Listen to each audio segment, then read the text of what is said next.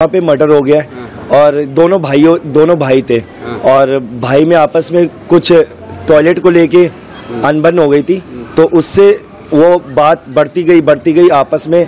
तो किससे हुआ ये नहीं पता चला मुझे कि चाकू से मारा है या धक्का दिया है, ये चीज़ मुझे कुछ नहीं पता, बस ये सुनने को आ गया मर्डर हुआ है। ये गली वैसे शांत रहती है। और भाई का क्या नाम है?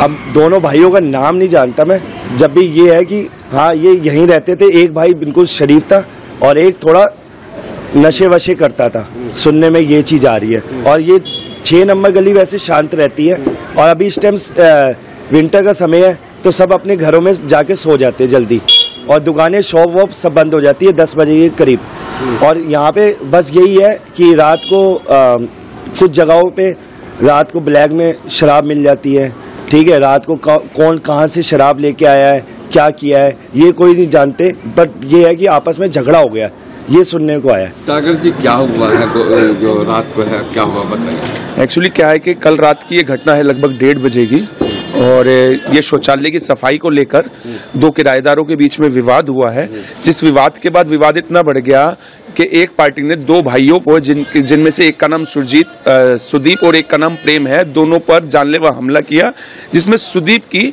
ऑन द स्पॉट डेथ हो गई और प्रेम अभी हॉस्पिटल में एडमिट है।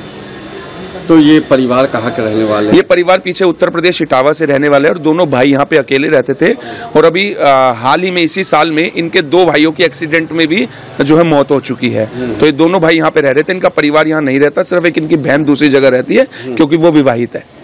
तो ये जो दोनों भाई, एक की डेथ हुई या एक सीरियस है, तो दोनों सगे भाई हैं? दोनों सगे भाई हैं।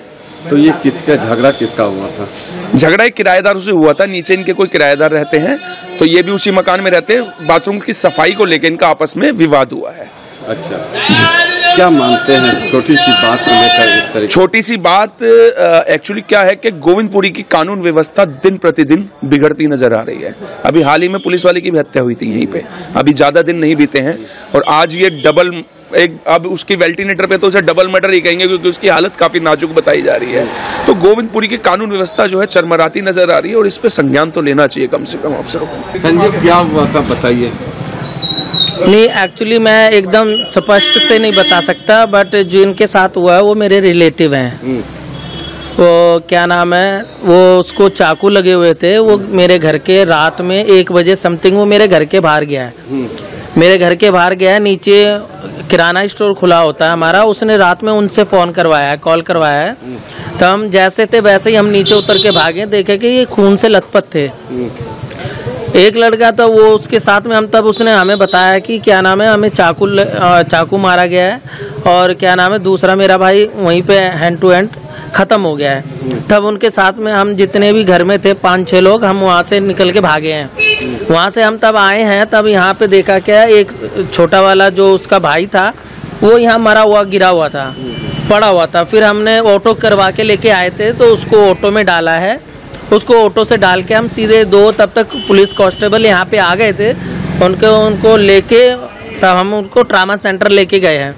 वहाँ छोटे वाले को तो हैंड टू हैंड मृत घोषित कर दिया उन्होंने और एक अभी रेड जोन में है, अभी उसको इलाज चल रहा है, अभी कुछ कह नहीं सकते उसके बारे में। क्या नाम है दोनों का? एक का नाम है सुधीर और एक का नाम है सुधीर सक्सेना और एक का नाम है प्रेम सक्सेना। कितने साल का है? कौन डेथ हुए हैं? डेथ हुई है वो 17-18 साल का लड़का है, उसका नाम सुधीर है, और एक लड़का है 22 साल का, 22-23 साल का, उसका नाम है प्रेम। परिवार के लोग कहाँ हैं? परिवार के लोग यहाँ पे वही 2 रहते हैं और उसकी बहन यहाँ रहती है, उसकी बहन और जीजा रहते हैं यहाँ पे, मगर वो हमारा रिश्ता है उनके साथ, इस वजह से इंसानियत के नाते हम उन्हें लेके गए क्योंकि मेरे भाई के साले हैं बड़े वाले। इस बात को लेके झगड़ा हुआ था? अब ये सफाई के लिए झगड़ा हुआ है, वो यहाँ पे रहते हैं तो इतना पता लगा है कि वो इन्होंने बुला रखे होंगे, कोई 5-6 नेपाली करके लड़के बुलाए हुए थे। अच्छा, किराएदार थे, उन्होंने बुलाया हुआ था, तो सफाई के चक्कर में ये उन्होंने चाकू हाथापाई किया।